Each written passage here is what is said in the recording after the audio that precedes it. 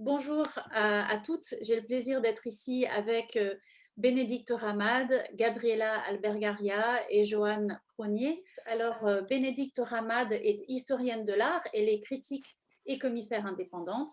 Elle a consacré son doctorat à la réhabilitation critique de l'art écologique américain et depuis 2016, ses recherches sont axées sur l'anthropocénisation des savoirs et des œuvres. Elle termine un livre en ce moment qui s'intitule Vers un art anthropocène, l'art écologique américain pour prototype, qui sera publié aux presses du réel. Et puis par ailleurs, elle est chargée de cours à l'Université du Québec à Montréal et à l'Université de Montréal, après avoir enseigné pendant à peu près 10 ans à l'Université Paris 1, Panthéon-Sorbonne. Elle prépare une exposition solo au Québec de l'artiste Anaïta Norouzi, qui a été lauréate du prix de la Fondation Grantham pour l'art et l'environnement. Et cette exposition aura lieu au printemps 2022. Alors, Gabriela Albergaria est une artiste portugaise qui est née dans une région pas très urbaine qui s'appelle Val de Cambra au Portugal, mais elle vit à présent entre Bruxelles et Lisbonne. Son travail est assez itinérant. D'ailleurs, elle a vécu à Berlin, à New York, à Londres, avant de déménager pour l'instant à Bruxelles.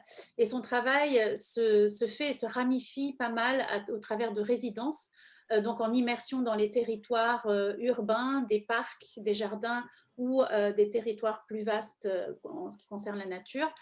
Donc son parcours de résidence a été entamé entre 2000 et 2001 à la Künstlerhaus Britannien à Berlin, ensuite à la Cité internationale des arts en 2004, à la Villa Arson en 2008, au musée d'art moderne de Bahia Salvador au Brésil en 2008, à the University of Oxford Botanic Garden Ruskin School of Drawing and Fine Arts à Oxford en Angleterre entre 2009 et 2010, et puis à Winterworth Space Wave Hill, New York, et en 2012 et en 2015 à Residency Unlimited.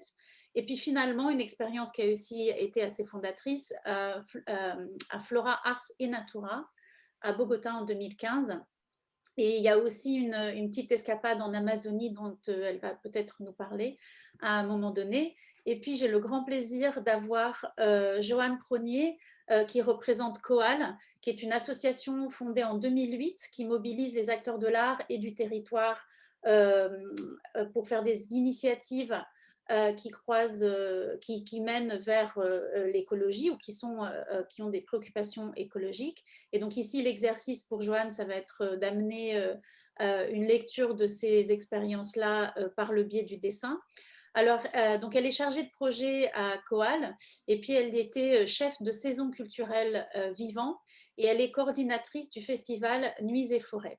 Elle est diplômée de Sciences Po Lille en développement soutenable et à l'Université de Lyon 3 en éthique, écologie et développement durable. Elle travaille, bon, selon elle, je la cite, à tisser des ponts entre les disciplines, entre une philosophie théorique et une écologie pratique. Sa recherche vise à penser la démarche artistique, l'esthétique et le langage créatif comme voie de sensibilisation et de mobilisation citoyenne sur les enjeux environnementaux. Voilà, donc on a vraiment un panel de gens fascinants. Et donc je vais commencer tout de suite par m'adresser à Bénédicte Ramad, qui s'est petit à petit dirigée vers une conscience écologique au sein du monde de l'art, jusqu'à en faire l'objet de sa thèse, qui maintenant va être retraduite sous forme de livre. Bénédicte, est-ce que tu peux nous raconter un petit peu ton trajet ou ta prise de conscience justement de l'écologie dans ton travail curatorial et théorique? Oui, ça a été, merci beaucoup, Johanna. Ça fait 25 ans maintenant que je travaille sur ces questions-là. En fait, j'ai compté l'autre jour et ça fait donc un petit moment que je surveille en fait ce qui se passe dans le domaine des arts à propos de l'écologie, des questions environnementales. Tout ça est parti de la découverte d'un catalogue d'expositions qui avait lieu en 1992 au Queen's Museum of Art de New York, qui s'appelait Fragile Ecologies, écologie fragile, qui avait été donc curatée par Barbara Matulski et dans laquelle j'ai trouvé, voilà, plein de pratiques que je ne connaissais pas et sur lesquelles j'ai eu envie de travailler. À l'époque, au milieu des années 90, j'ai eu pas mal de difficultés au début pour trouver de la documentation, voilà, plonger dans ces matériaux qui étaient en fait pas très, très bien connus, en Occident et puis, il m'a fallu, me familiariser aussi avec la question, de l'histoire environnementale des États-Unis puisque c'était là-bas que, la plupart des artistes, de cette exposition étaient installés. Donc à la fois assimiler l'histoire environnementale, assimiler, les questions scientifiques et assimiler donc les principes artistiques et esthétiques pour finalement arriver à démêler tout ça et surtout me poser la question pourquoi on ne connaît pas ces gens, pourquoi on ne connaît pas ces artistes que sont Patricia Johansson, Alan Sunfist, Mary Ledman Euclid, les époux Harrison, Agnes Dance aujourd'hui est un petit peu plus connue, mais à l'époque, dans les années 90, c'était pas, c'était pas des travaux très diffusés. Et donc, ça, c'est devenu mon cheval de bataille parce que je me suis rendu compte que le land art, ce mouvement extrêmement photogénique, extrêmement sexy, eh bien, avait occulté beaucoup ces pratiques. Écologiques, pourquoi écologiques? Parce que pour la plupart, elles cherchent à réhabiliter. Elles cherchent à restaurer, convertir, ramener de la nature en milieu urbain. Donc, c'est un mouvement vraiment urbain à contraire du land art qui était plus dans la nature sauvage. C'est un mouvement de la nature ordinaire d'une certaine manière. Aujourd'hui, ces concepts-là sont davantage réhabilités, mais c'est vrai qu'à l'époque, c'était pas du tout le cas. Et mouvement qui a émergé au milieu des années 60, qui a vraiment pris son expansion au cours des années 70 et 80 avec des réalisations de parcs, des mais c'était aussi la diversité des approches, justement, on va parler de ça, de cette diversité des approches, dans lesquelles il y a à la fois ici de l'aménagement urbain, des performances, un travail plus cultural, des approches très scientifiques. Donc c'était ça qui m'intéressait aussi, c'est pas du tout un mouvement qui est extrêmement homogène sur le plan des pratiques. Et ce qui m'intéressait particulièrement, c'est que c'était un mouvement presque apolitique. Alors que la question de l'écologie, notamment en Europe, elle est chevillée à des questions politiques, à un écologisme de parti. Et là, tout d'un coup, de voir des artistes qui se permettaient de faire de l'écologie sans faire de politique, me semblait quand même assez anachronique. Et j'admirais beaucoup cette position très libre qu'affichaient les artistes de ne pas être des étendards, des porte-paroles pour des messages politiques, mais d'œuvrer vraiment au sens écologique du terme, c'est-à-dire au sens scientifique, d'un travail avec des écosystèmes, avec des biotes, avec des biomes. Alors aujourd'hui, ce vocabulaire-là est beaucoup plus naturel pour nous, parce que effectivement, j'ai eu le bonheur d'accueillir Gabriela Albergaria à la Villa Arson en 2008 pour sa résidence dans le cadre de l'exposition Acclimatation, qui était, je pense, ma première grosse exposition collective sur ces questions de nature artificielle ou de human nature, et de voir comment en fait la nature est une construction culturelle et ça se faisait dans une sorte de faux jardin d'acclimatation à travers toute la ville à Arsan. J'avais eu ce luxe qu'on me confie les clés de tout cet espace. Et puis après, ben, j'ai continué dans les expositions pour le faire plus rapidement sur la question du recyclage, à la Fondation Grand Âme pour l'art et l'environnement, qui est un nouvel outil, une fondation qui a ouvert au Québec il y a 2 ans sur l'initiative de 2 collectionneurs privés. J'ai fait l'exposition inaugurale qui s'appelait Apparaître, disparaître, donc sur à la fois évidemment le mouvement d'extinction massif actuel, mais aussi sur ce que les pollutions et les dysfonctionnements environnementaux génèrent, donc d'apparition, de réapparition aussi d'espèces. Enfin, voilà, il y avait la volonté aussi d'ouvrir sans trop plomber l'ambiance. Donc, avec cette idée d'apparition et cette idée d'espoir, pas forcément béat, mais d'avoir quelque chose de positif aussi à réfléchir ensemble. Pourquoi est-ce que justement ces artistes qui avaient une démarche plus consciemment écologique étaient sous l'ombre en fait des artistes du land art qui eux n'étaient pas du tout concernés par des questions écologiques? Et je pense qu'on associe beaucoup le land art. D'ailleurs, dans l'exposition Drawing Power, il y a Richard Long, euh, Mmh. ou Wolfgang Leib, qui sont des gens qui sont plutôt dans une espèce de passage de nature au spirituel. Mais est-ce que ce sont vraiment des artistes qui ont une conscience écologique et pourquoi ceux qui en avaient, du coup, étaient moins visibles? Alors, c'est sûr qu'il y a le land art britannique et le land art américain qui n'ont pas du tout la même approche déjà du territoire. Et c'est sûr qu'il il y a certainement davantage de symbiose avec le territoire du côté des Britanniques ou du côté de Wolfgang Leib que du côté d'un Robert Smithson ou d'un Michael Eisner. Donc, il y a déjà cette première distinction. Pour avoir discuté avec Denis Oppenheim il y a longtemps, il me disait: «Ah mais nous l'écologiste, ça nous intéressait pas du tout. Ce qu'on voulait, c'était effectivement sortir, de nos ateliers, sortir des galeries et être dans une espèce d'expérience, complètement globale». Mais on n'était pas du tout, dans une préoccupation environnementale. Hem Je crois que ce qui a empêché de voir ces artistes écologiques, il y a plusieurs facteurs. Il y a évidemment un facteur de désirabilité et d'immédiateté. Le land art a su travailler sa photogénie, a su aussi emmener les critiques d'art sur le terrain qui sont partis dans une espèce de conquête et d'épopée quand même assez folle. Aller voir les œuvres du land art, ça reste une espèce de trip hallucinant à travers le désert.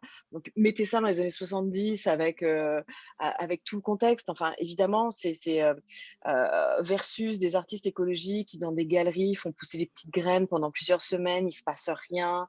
Tout ça, et on est d'un côté dans des pratiques de l'humilité, du vivant, donc qui font pousser les choses. C'est lent, c'est modeste, alors que de l'autre côté, il y a des avions, des hélicoptères, du désert, c'est sexy, on est des pionniers. Donc, une grosse rivalité médiatique déjà là, qui était un petit peu perdue d'avance pour les artistes écologiques. Et puis, il y a toujours quelque chose qui m'a frappée, c'est l'inadéquation du temps artistique par rapport au temps écologique de ces artistes. À partir du moment où on veut réhabiliter ou faire pousser ou aider à une reconstitution, une reconstruction environnementale d'un territoire, ça prend beaucoup de temps. Et ça, il n'y a pas un journaliste qui est là toutes les semaines pour voir l'évolution d'une œuvre. Généralement, on arrive au moment du climax quand c'est théoriquement fini ou quand on l'inaugure, mais ça ne veut pas dire que l'œuvre est à son meilleur. Et puis, cette œuvre-là continue d'agir, d'évoluer.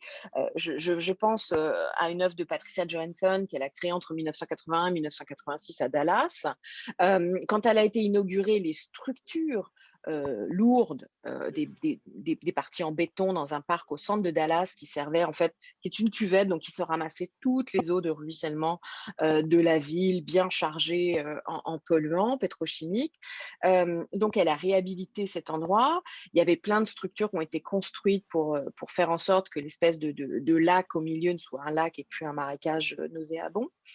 Donc, on a inauguré ça, mais ça ne veut pas dire que le parc était à son meilleur. Le parc, en fait, il est à son meilleur depuis le milieu des années 90. Les espèces naturelles sont revenues spontanément. C'est devenu une halte pour les oiseaux migratoires. Donc, elle est pleinement réussie 10 ans après son inauguration.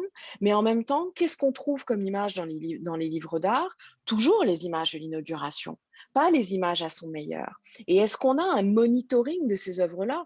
Non, jamais. Dès qu'on travaille avec le vivant, c'est toujours de se dire, est-ce que l'espace d'exposition, est-ce que le temps de l'art est adéquat par rapport à ce temps du vivant, par rapport, et c'est la grande difficulté. Il n'y a jamais eu, moi je rêverais de pouvoir être à Dallas un an et de pouvoir documenter le parc de Patricia Johansson ou d'autres, parce que ça reste des moments artificiels qui sont cristallisés dans les livres ou dans les expositions. Et je crois que en tant que commissaire, qu'historienne, il faut toujours bien repréciser ça pour le lecteur, la lectrice, pour nos interlocuteurs et interlocutrices, parce que on a tendance ensuite à oublier que le temps et l'écosystème de l'art est quand même très, très étrange par rapport au temps du vivant. En fait, j'ai envie de rebondir à présent et peut-être par le biais du dessin, parce qu'en écoutant Bénédicte, je pensais au travail de Gabriella et à l'expérience de Gabriella en Amazonie, où elle m'expliquait qu'elle était dans une expédition avec des scientifiques et qu'elle se disait, mais qu'est-ce que je vais faire? Qu'est-ce que je peux faire? Ben, je vais avoir recours au dessin et je vais dessiner des espèces. Elle a arraché une feuille et le temps de prendre ses crayons, etc., la feuille s'est détériorée très rapidement parce que l'écosystème là-bas est tel que la, la, la nature, le temps de la nature est visible là-bas, du coup. Et donc, du coup, ça t'a inspiré, Gabriella, à faire des gradations dans tes dessins. Et j'ai l'impression que justement, tu rends visible par le dessin qui a aussi été une prise de conscience dans ton travail de la nature. Les lignes et les couleurs, c'est quand même le langage du dessin, mais ça peut aussi être le langage de la nature, si elle en a un, en tout cas un langage de contact avec nous. Et puis j'ai envie de demander à Joanne aussi, quelle est ta réaction par rapport à ce que tu entends là, parce qu'on parle d'œuvres historiques, en fait, et d'expériences très, très localisées dans le temps et dans l'espace aussi, le continent nord-américain. Euh, Est-ce que finalement, de nos jours, il n'y a pas justement un renouveau dans cette pensée écologique et dans une plus grande soit immersion de l'art ou dissolution de l'art dans l'espace public, ou alors au contraire une façon de ramener l'expérience écologique à travers des médiums. Et quels médiums, par exemple? Ou, enfin, évidemment, nous, on a un focus assez particulier sur le dessin. Donc voilà, qui veut se lancer d'abord? Je peux. Allez. Je peux? OK. C'est intéressant que tu parles de ce travail-là, de l'idée de faire une espèce de gradation de couleurs. Parce que pour moi, vraiment, le dessin en ce moment, dans ces conditions-là en Amazonie, c'était la seule chose que j'ai eu la chance de faire. Parce que mon ordinateur ne travaillait pas, ma caméra digitale, elle ne travaillait pas. Donc, c'était vraiment... Mais comme j'avais déjà une expérience pareille, j'étais le plan B, qui c'était d'apporter avec moi les matériaux très simples. Mais aussi en même temps, ça m'intéresse beaucoup les choses très simples, très ancestrales. Donc je pensais, OK, je peux tout le temps faire un dessin, une marque dans le papier, je peux travailler un peu comme d'une façon presque primaire, non? Une façon... Et intéressant ça parce que j'ai ici, c'est ça ce que je fais en ce moment, j'ai une feuille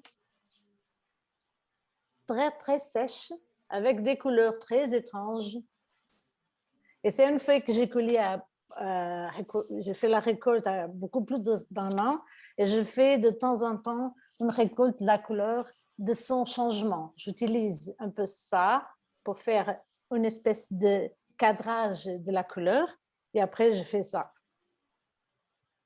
Donc, ça, c'est une espèce de sketchbook pour faire des travaux que je ne sais pas vraiment s'ils sont comme les dessins que tu connais déjà, qui sont les lignes de couleur, ou s'il va être quelque chose de différent. Donc, ça m'intéresse beaucoup, le dessin et le temps, les choses et le temps. Et après New York, après j'habitais à New York parce que j'ai fait beaucoup de voyages dans le désert, dans la côte de Californie, et dans le centre. J'ai fait beaucoup de voyages. Ça m'a donné un intérêt plus profond sur l'idée du temps et l'idée de l'espace. Et moi, j'ai fait toutes les années, donc j'étais 6 ans à New York, j'ai fait toutes les années, j'ai fait 1 ou 2 road trips parce que c'était vraiment ce que j'aimais aux États-Unis. C'est pas New York, c'est pas les grandes villes, c'était vraiment faire des voyages comme ça qui sont un peu plus radicaux pour nous, Européennes, qui en a tous manicured, comme les Anglais disent, de la paysage. Et quand j'ai vu, par exemple, un travail de Michael Heiser, Double Negative, pour moi, c'était la chose plus radicale. C'était la chose plus radicale. Cette pièce, j'ai dit, mais qu'est-ce que ce mec fait là, dans le désert comme ça? Comment est-ce que ça va arriver dans la tête des gens? C'est une chose tellement forte. C'est une chose... Comment est-ce que dans le système d'art qui est tellement connecté avec l'argent et l'object product, non? Comment est-ce que tu peux travailler comme ça? Donc ça m'a donné une clic dans ma tête. J'ai dit, OK, ce sont des choses qu'ils travaillent qui c'est le temps. Et le temps, c'était le plus fort pour moi. Sans dire aussi que dans tout l'endroit, il y avait des fossiles partout. Parce que cette zone était la mer il y a beaucoup d'années.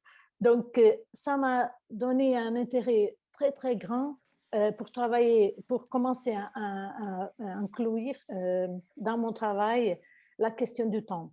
Et en ce moment, je travaille beaucoup de choses différentes, mais c'est le temps, vraiment. Et le dessin, je trouve que c'est un système, mais en même temps, c'est une forme, une façon de faire une observation, représentation plus connectée avec mon cerveau. Et c'est un peu ça, c'est un peu, bon, j'espère que j'étais répondre à ta question. C'est-à-dire que tu as porté un regard écologique sur l'œuvre de Michael Heiser, qui lui n'avait peut-être pas la même préoccupation, en tout cas pas dans ces termes-là. Tu as regardé les fossiles, tu as regardé le site, tu as regardé le lieu, et tu as aussi pensé à la façon dont cette œuvre-là, finalement, après, arrivait aux esprits. Quel est le lieu de l'œuvre, en fait? Et ça, c'est une question que je voulais te poser aussi, parce que dans ta gradation de couleurs, en fait, le temps y est. En fait, c'est une question temporelle, mais c'est aussi une question de déplacement territorial. C'est-à-dire que dès que tu déplaces un petit élément de l'écosystème, il change. Donc, il y a une vraie conscience, il y a une prise de conscience là-dedans. Et je me demandais justement comment, après, dans ton travail, comment est-ce que tu conçois un dessin, une installation, une exposition? Est-ce que c'est un moment de développement de l'œuvre? Est-ce que l'œuvre, le fait d'être montrée est une étape, en fait, pour son existence à elle aussi? Est-ce que c'est le dessin qui relie tout ça? Parce que c'est vrai que le dessin est le facteur qui lie tes expériences dans le territoire par la reproduction des arbres, des spécimens que tu rencontres, et puis finalement aussi après par l'association à d'autres éléments, notamment des éléments végétaux vrais, des spécimens en fait qui sont appliqués au dessin. Donc comment est-ce que tu lis un peu tout ça, et comment est-ce que pour le public justement, pour répondre à ce que disait Bénédicte, qui est quand même tellement juste, cette idée du temps de la nature n'étant pas le temps de l'art, et puis finalement de me dire que peut-être que ça l'est, peut-être que c'est aussi notre façon consumériste en fait de concevoir les expositions et les œuvres, parce que Bénédicte est humble en fait, elle réduit son rôle de lion en fait, c'est elle aussi qui raconte cette histoire et qui nous fait voir l'œuvre d'une autre façon, qu'elle a expérimentée de façon assez réduite, mais elle a un rôle là-dedans aussi, on a tous un rôle là-dedans. Donc toi comme artiste, comment est-ce que tu vois cette représentation du temps, de la nature et de l'espace et du déplacement des écosystèmes? Non, je peux commencer à dire, dès le début, ce qui m'intéressait, c'est vraiment trouver des choses qui peuvent connecter l'homme et la nature. Et ça peut être, par exemple, ça a été très important pour moi, méthodologiquement, d'avoir un endroit vrai. Donc, le wandering, ou la visite des espaces vrais, des forêts, des jardins, des squares dans une ville, de trouver une plante qui me fait une question, de trouver une arbre qui me fait une question. Ça est le début de quelques projets que je fais. Après, les choses me donnent une espèce de chemin. Tu sais, je pars jamais avec une idée avant, mais les choses et l'histoire, je cherche beaucoup l'histoire politique aussi, la connexion humaine, parce que ça m'intéresse. La chose qui m'intéresse plus, c'est comme on change la nature et comme la nature nous change à nous. Et dans cette confrontation, qu'est-ce que je peux faire pour ramener une espèce d'attention et par exemple, j'utilise beaucoup le dessin. Et il y a des fois que je fais un dessin très naturel, très 19e siècle. Et c'est vraiment stratégie. C'est pas parce que je sais seulement dessiner comme ça, non. C'est stratégie. Pourquoi? Parce que je sais que la plupart du monde, elle ne comprend pas une espèce d'art un peu plus abstract, contemporain, qui est un peu plus loin. C'est la même chose comme comme aller au médecin, il te donne les mots de médecin que tu ne connais pas et tu demandes, traduis, please, parce que je ne connais pas les mots. Il faut que le médecin te traduise les mots dans un langage. Donc, le dessin, le langage, la façon qu'on transforme les choses, c'est très important. C'est pour ça que je me concentrais beaucoup à faire un dessin un peu plus accessible. Mais en même temps, si je te dis que les dessins ne sont pas réels pour moi, ne sont pas la représentation en même temps, je n'ai pas ici aucune chose, mais imagine que je veux dessiner une partie de cette image-là. Je mets une image très petite à côté et je travaille de la gauche à droite, en haut, en bas. Donc, je n'ai pas aucune idée ce qui va arriver à la fin. Donc, je ne représente pas l'image, je représente seulement shades, comment c'est, les taches et les noirs et blancs, des choses comme ça. C'est très, très abstrait, une façon de faire. C'est seulement quand je mets le dessin dans la verticale que j'ai le sens d'une image ou d'une chose comme ça. Bon. Mais ça, c'est pour expliquer un peu la façon que je commence à travailler ou la façon comme c'est important voir les endroits vrais et après ça faire un développement dans le travail. En fait, tu as besoin de travailler même avec des scientifiques sur place. Oui. Tu fais un projet avec Kew Gardens en ce moment ici à Londres et tu as besoin de parler avec les archivistes, de vous visiter les archives aussi parce que en fait, dans ton travail, dans ta démarche, souvent, on a cette idée de « Ah, Gabriella va dans le wilderness, enfin, va dans l'espace sauvage. » Enfin, c'est l'idée romantique de la nature. Mais en fait, tu te plonges aussi bien dans les archives que tu considères aussi comme une forme de nature, comme une forme de rapport justement au monde, voilà, à cette planète sur laquelle on vit. Oui, c'est vrai. Moi j'ai besoin beaucoup. Ce que j'aime beaucoup, c'est connaître. Et j'aime beaucoup faire les connexions biologiques, politiques, historiques entre les choses. Ça m'intéresse beaucoup la nature, mais ça m'intéresse beaucoup la culture. Et toutes ces choses-là sont expressions culturelles de nous. Donc, à la fin, c'est l'homme qui m'intéresse. Je travaille beaucoup dans l'atelier aussi. Et si je lis un livre, par exemple, maintenant, j'essaie de lire La Vision de Splint, je ne sais pas. Elle est africaine. Oui, mais c'est une africaine. Et moi, j'aime beaucoup faire un peu de mélange, tu sais, de mélange de connaissances. Donc, je lis des livres dans scientifique, ou je lis un livre dans, je sais pas, d'autres. J'aime lier les genres de tous les champs de connaissances. C'était un peu la même chose dans l'Amazonie. J'étais avec ce groupe, j'étais dans un grand bateau avec tout ce monde-là et ils ont transformé le bateau dans un laboratoire. Et au bout d'un moment, j'ai vu que le laboratoire, c'était pas comme j'avais pensé. Les voyageurs du 18e siècle et 19e siècle, ils avaient presque seulement des petits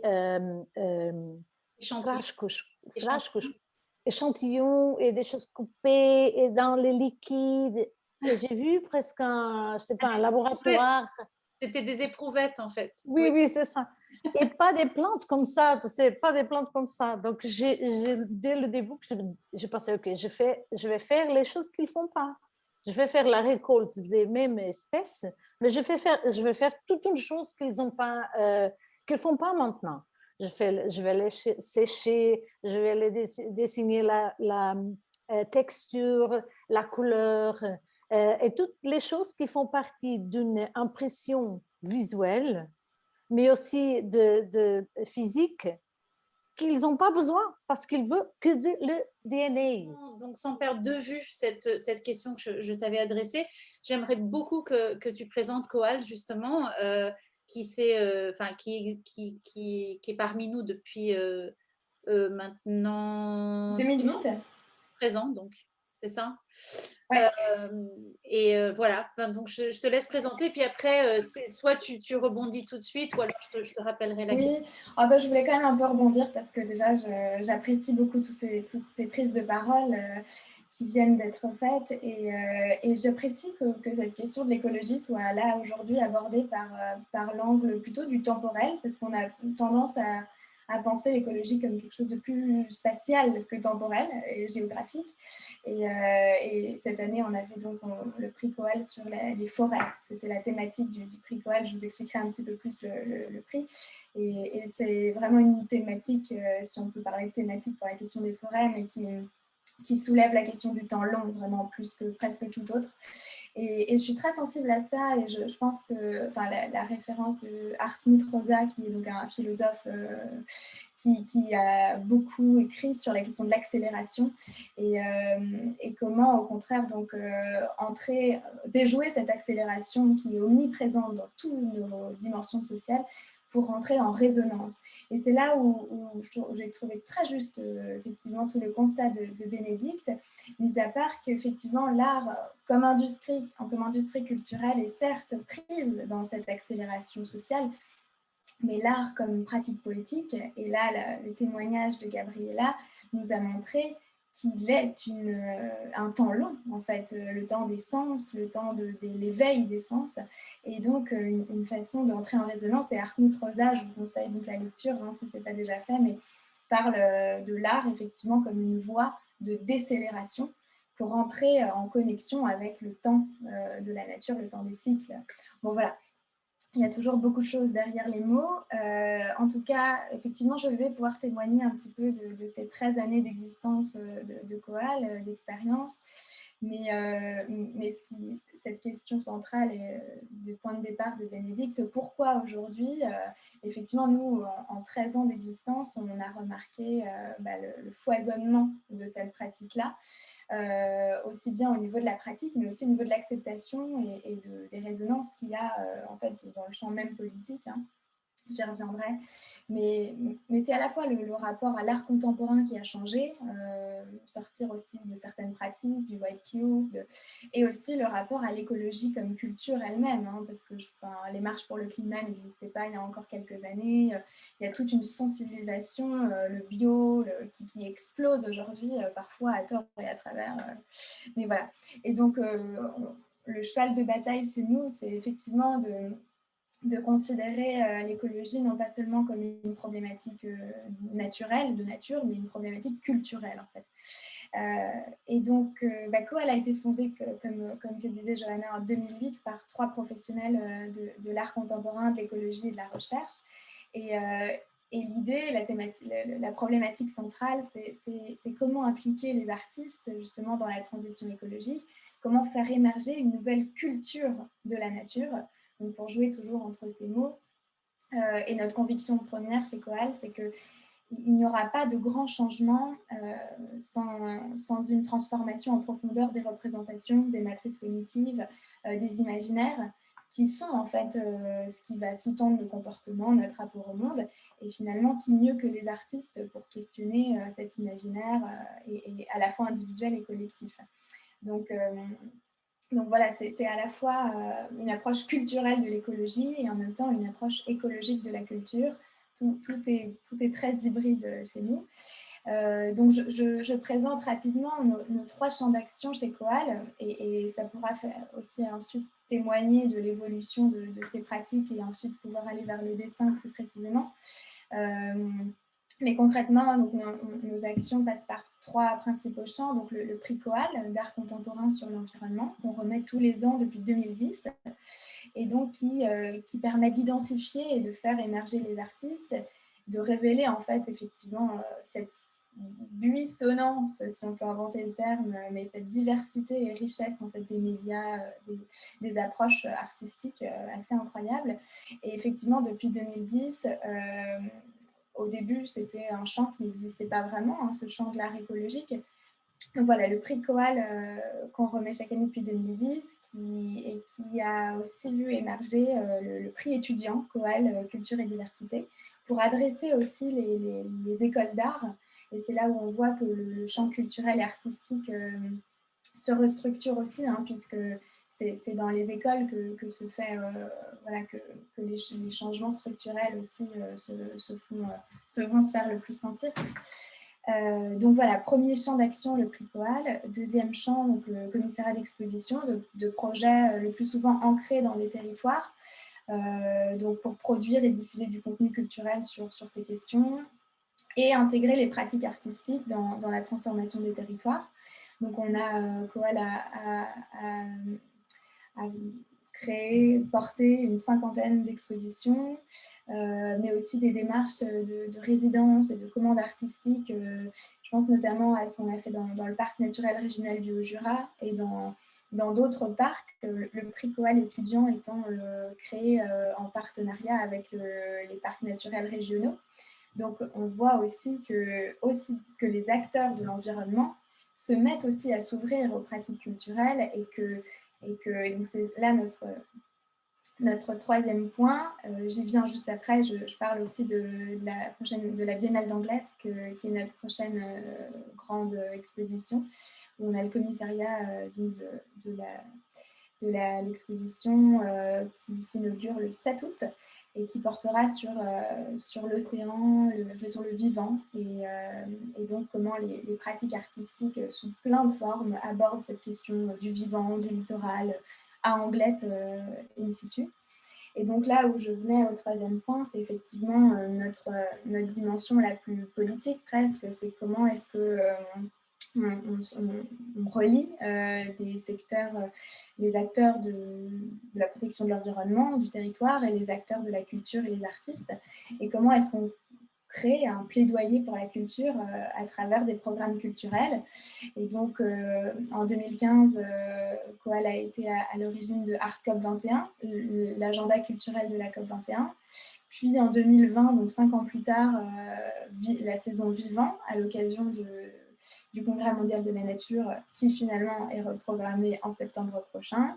Et aujourd'hui, on en sort tout juste de 5 jours dans la forêt, les Nuits des forêts, hein, qui est un festival où on crée toute une programmation artistique dans les forêts. Il y a des tonnes de choses à dire encore, mais si je devais passer un petit peu plus sur la question du dessin, c'est vrai que c'est assez intéressant de considérer la place du dessin, puisqu'il est plutôt associé à quelque chose qui reste sur la feuille, hein, voire le brouillon, le croquis. Je pense même à l'étymologie même du mot dessin, qui vient de l'italien disegno, et qui désigne à la fois la pratique et le projet, l'intention. Et donc, souvent considéré comme quelque chose qu'on ne va pas forcément exposer. Je pourrais parler des artistes qui s'inscrivent un petit peu, qui donc pratiquent le dessin et qui s'inscrivent dans la lignée des explorateurs, ceux qui s'inscrivent plutôt dans la lignée des géographes, des artistes qui s'inscrivent aussi dans la lignée des naturalistes. Et donc, en fait, on voit que finalement, la thématique environnementale est presque très propice au dessin en termes artistiques. Donc, je peux citer quelques exemples, mais dans la lignée des explorateurs, justement, l'artiste Elsa Guillaume, dont on pourra voir quelques images, qui est lauréate du prix Coal 2015. Et elle développe une ethnographie très onirique et très fantastique, surtout nourrie de ses voyages en bateau, donc très, très portée vers l'océan. Et elle a effectivement été la première artiste à monter sur le bateau du Tara avec des scientifiques, justement. Donc là, je reprends cette collaboration dont parlait Gabriella entre art, science, voilà comment les choses se complètent et se répondent. Et pendant son voyage, donc, Elsa Guillaume prend des notes et dessine sur ses carnets. Et en fait, ces dessins sont de véritables œuvres d'art. Elle a donc qui a donné naissance au livre Carnet corallien, qui est une exploration en fait de ses sensations, de ses observations dans un contexte justement d'aventure et d'exploration, cette fois du XXIe siècle. Et le dessin est là pour pouvoir à la fois rapporter une sensation réelle et en même temps convoquer de l'onirisme et de l'irréel aussi. On peut aussi parler d'une jeune artiste qui a été nominée au prix Coal étudiant, cette fois de 2021, qui s'appelle Clémence Mathieu et qui vient de l'École supérieure d'art et de design d'Orléans. et qui, elle, propose qui propose un atlas des cartographies relationnelles, cette fois des forêts alluviales. Bon, alors c'est des grands termes là que j'amène, mais donc comment raconter par le dessin un rapport au paysage qui ne soit pas qu'un rapport, disons, scientifique ou objectif, mais un rapport par le vécu. Et donc toujours un peu ce travail de cartographie, d'atlas des relations. Et donc elle raconte les nouvelles représentations, les nouveaux noms, les nouveaux récits qui accompagnent ces forêts alluviales. Voilà, il y aurait beaucoup à dire encore, mais pour continuer dans cette lignée-là, le dessin peut également, est également pratiqué pour construire des fictions, des rêves, pour détourner du réel et pas seulement rapporter une réalité. Et là, je pense au duo d'artistes, donc Mélanie Trujon et Claire Malary, qui ont été nommés aussi du prix Coal 2019. Donc, comme quoi le prix Coal est une vraie manne à trésors et qui ont proposé un projet qui sort aujourd'hui en librairie et qui est un roman graphique qui s'appelle Le désert d'Ata, qui est comme un conte initiatique qui se déroule dans le désert d'Atacama au Chili, un des endroits les plus arides de la planète. Un petit peu, je peux parler aussi enfin peut-être d'un dernier volet qui est les artistes qui s'inscrivent dans une lignée plutôt naturaliste et qui vont chercher aussi grâce au dessin, à connaître, à transmettre une observation botaniste souvent. Alors on pense à Francis Allais qui lui a justement son ouvrage 50 ans d'exploration et d'études botaniques en forêt tropicale présente, fait découvrir toute son approche du dessin et qui rappelle les dessins botanistes souvent très schématiques et architecturaux et très formels, mais qui, sous sa plume et sous son encre, deviennent vivants, animés, grouillants. Et donc, encore une fois, voilà, comment est-ce qu'un botaniste, expert mondial des forêts primaires, se met à pratiquer le dessin voilà. On a également donc, ce grand projet qu'on mène chez Coal qui s'appelle les Murs de Dubon et qui est né en fait aux États-Unis, qui est un vaste mouvement de fresques murales. Donc c'est plutôt du dessin sur mur, mais qui consiste à peindre sur les murs de la ville, des fresques qui représentent des oiseaux aujourd'hui menacés par le changement climatique.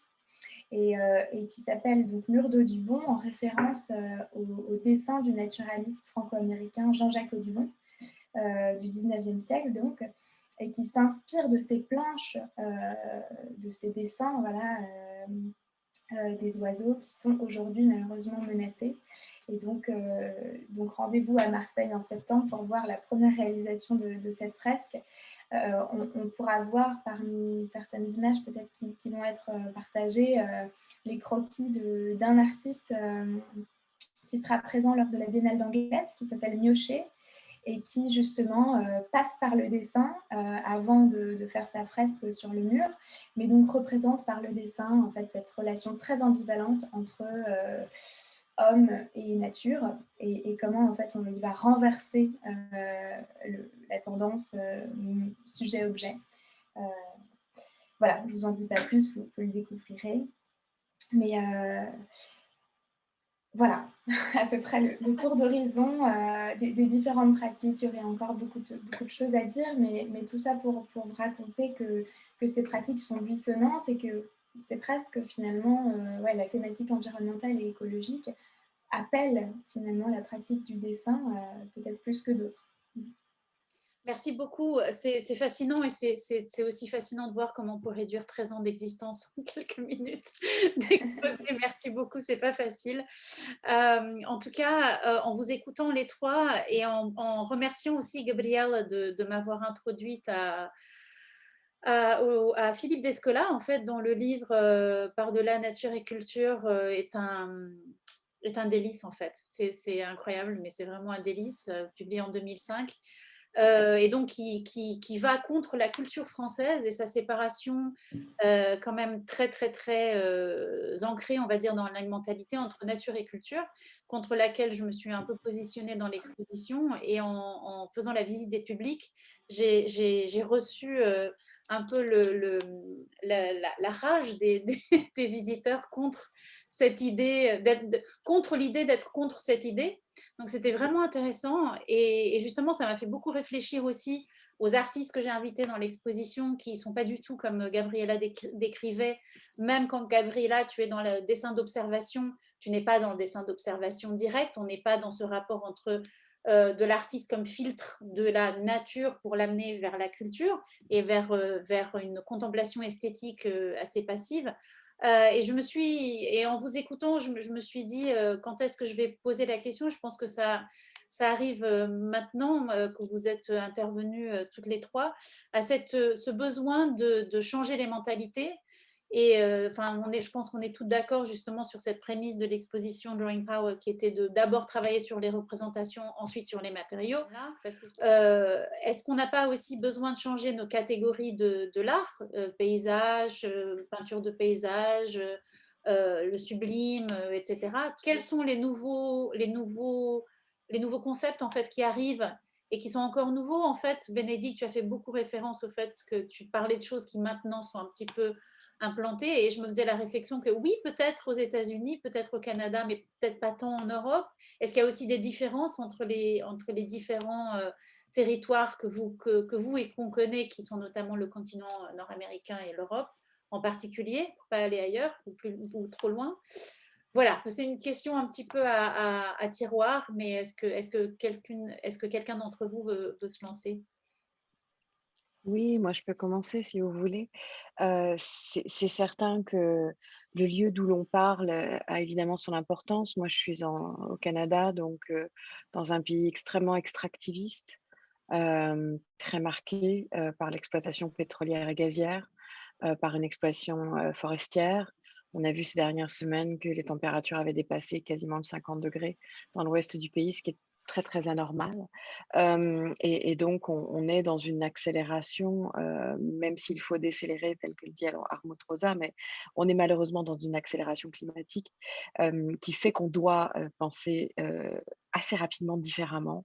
Mais je suis dans un pays qui pense très lentement ces questions-là. Et je vois aussi les différences critiques d'approche. Ici, on est très marqué par les philosophies plutôt nord-américaines, anglo-saxonnes. Et les choses se posent différemment dans la francophonie, notamment dans la pensée française. Enfin, quelqu'un comme Catherine Larère va, elle, postuler qu'on n'a peut-être pas besoin de se débarrasser du mot nature, alors qu'en ce moment, beaucoup de philosophes, beaucoup d'esthéticiens et d'artistes disent il faut qu'on se débarrasse du mot nature. Timothy Morton a écrit Ecology Without Nature, tout simplement, et qui est un slogan au-delà du livre qui rend énormément service parce que ça permet de redire l'écologie, c'est pas forcément la nature, les pratiques artistiques de l'écologie n'impliquent pas forcément des plantes, du vivant. On peut être dans une approche économique, une approche immensément humaine et faire de l'écologie quand même. Donc ça, je crois que c'est très, très important. Est-ce qu'il faut se débarrasser des mots et en imposer des nouveaux? C'est une question qui est globale en ce moment. Est-ce qu'on doit se débarrasser de l'héritage colonial et d'une certaine manière, la question botanique, la question écologique, elle est très imprégnée de ça. Et quand Gabriela, elle utilise un dessin à la 19e, elle est dans une position critique vis-à-vis d'une tradition du dessin botanique, vis-à-vis d'une conquête coloniale du botanique, du végétal et de la nature. Et je pense à son projet aussi pour la Fondation Gulbenkian à Lisbonne, il y a quelques années, qui travaillait beaucoup sur justement cette façon dont la nature avait été politiquement colonisée et a servi aussi dans des dessins impérialistes très très forts. Donc, c'est toujours la question, est-ce qu'on doit vraiment imposer de nouveaux vocables, une nouvelle sémantique, ou est-ce qu'on doit composer, au contraire, transformer? Alors, c'est cette nature-culture complètement collée de Donna Haraway. Est-ce qu'elle fonctionne mieux qu'une human nature, d'essayer d'inventer une nouvelle terminologie? Je crois qu'il y a en même temps un attachement sincère et affectif à la question de nature.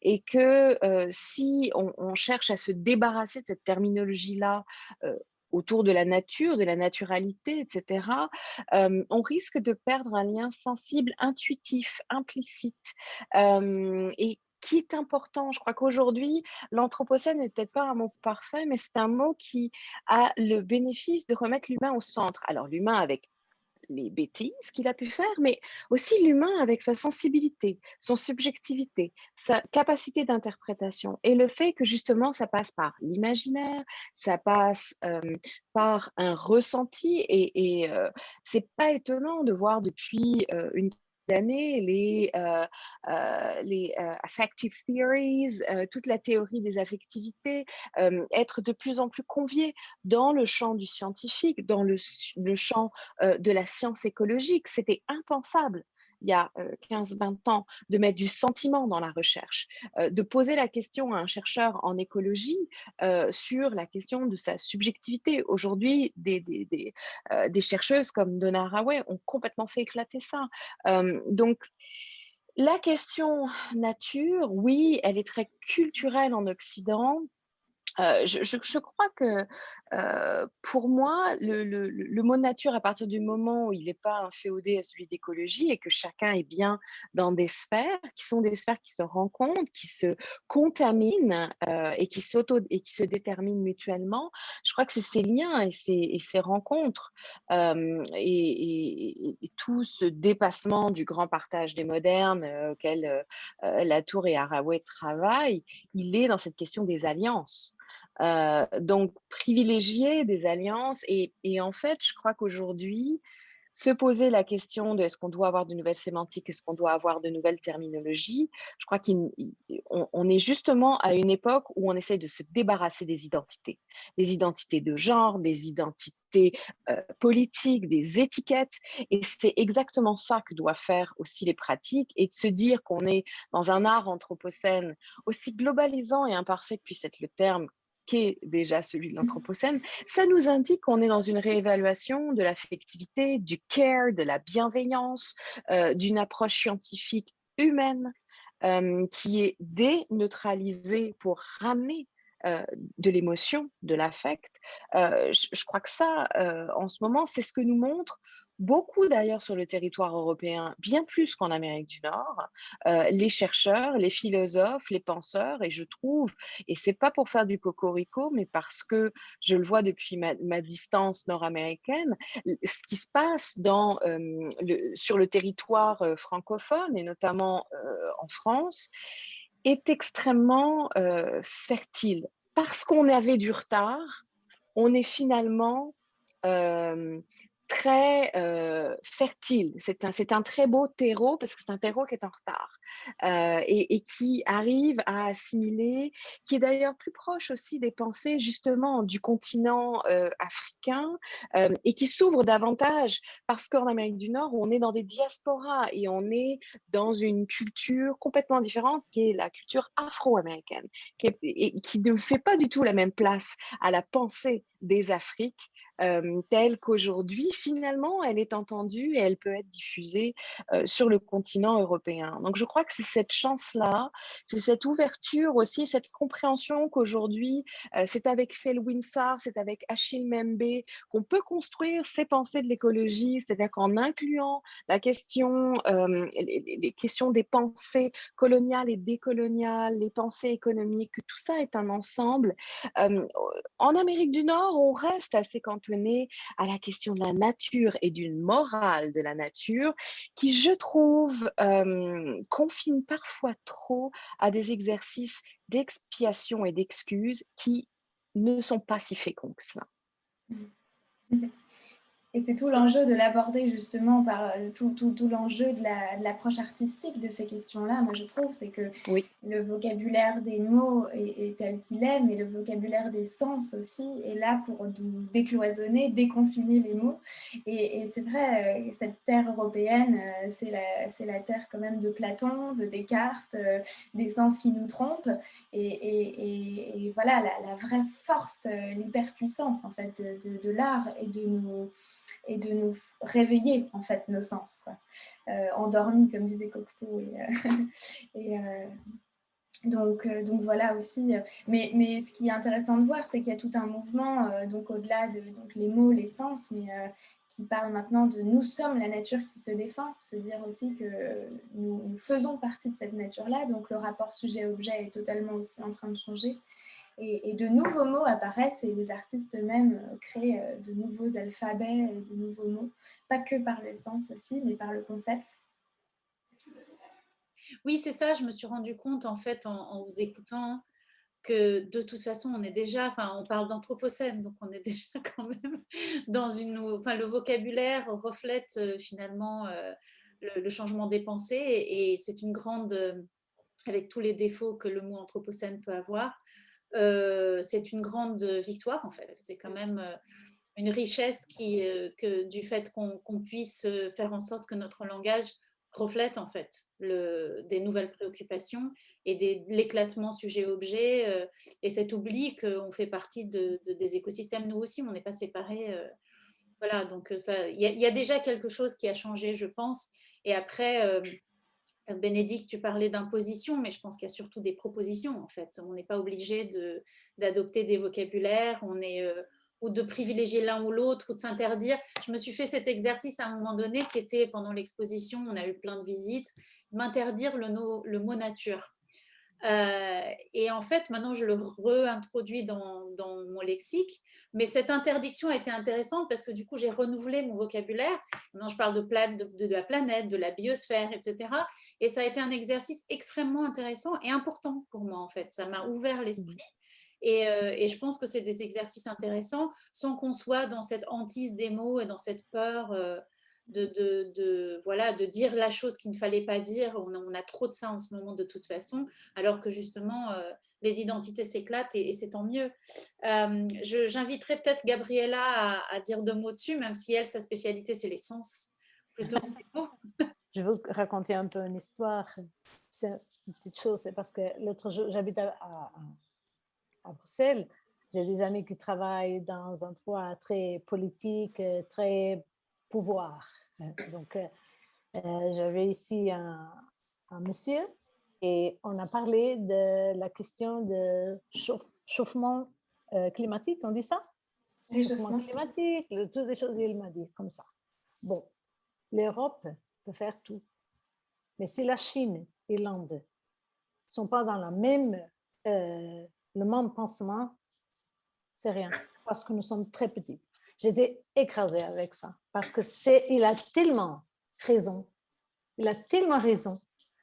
Et après, un autre, il a dit, quelle est notre morale de lui dire qu'il ne faut pas voyager, il ne faut pas aller en vacances très loin, quelle est notre morale? On a fait tous ça. Comment est-ce qu'on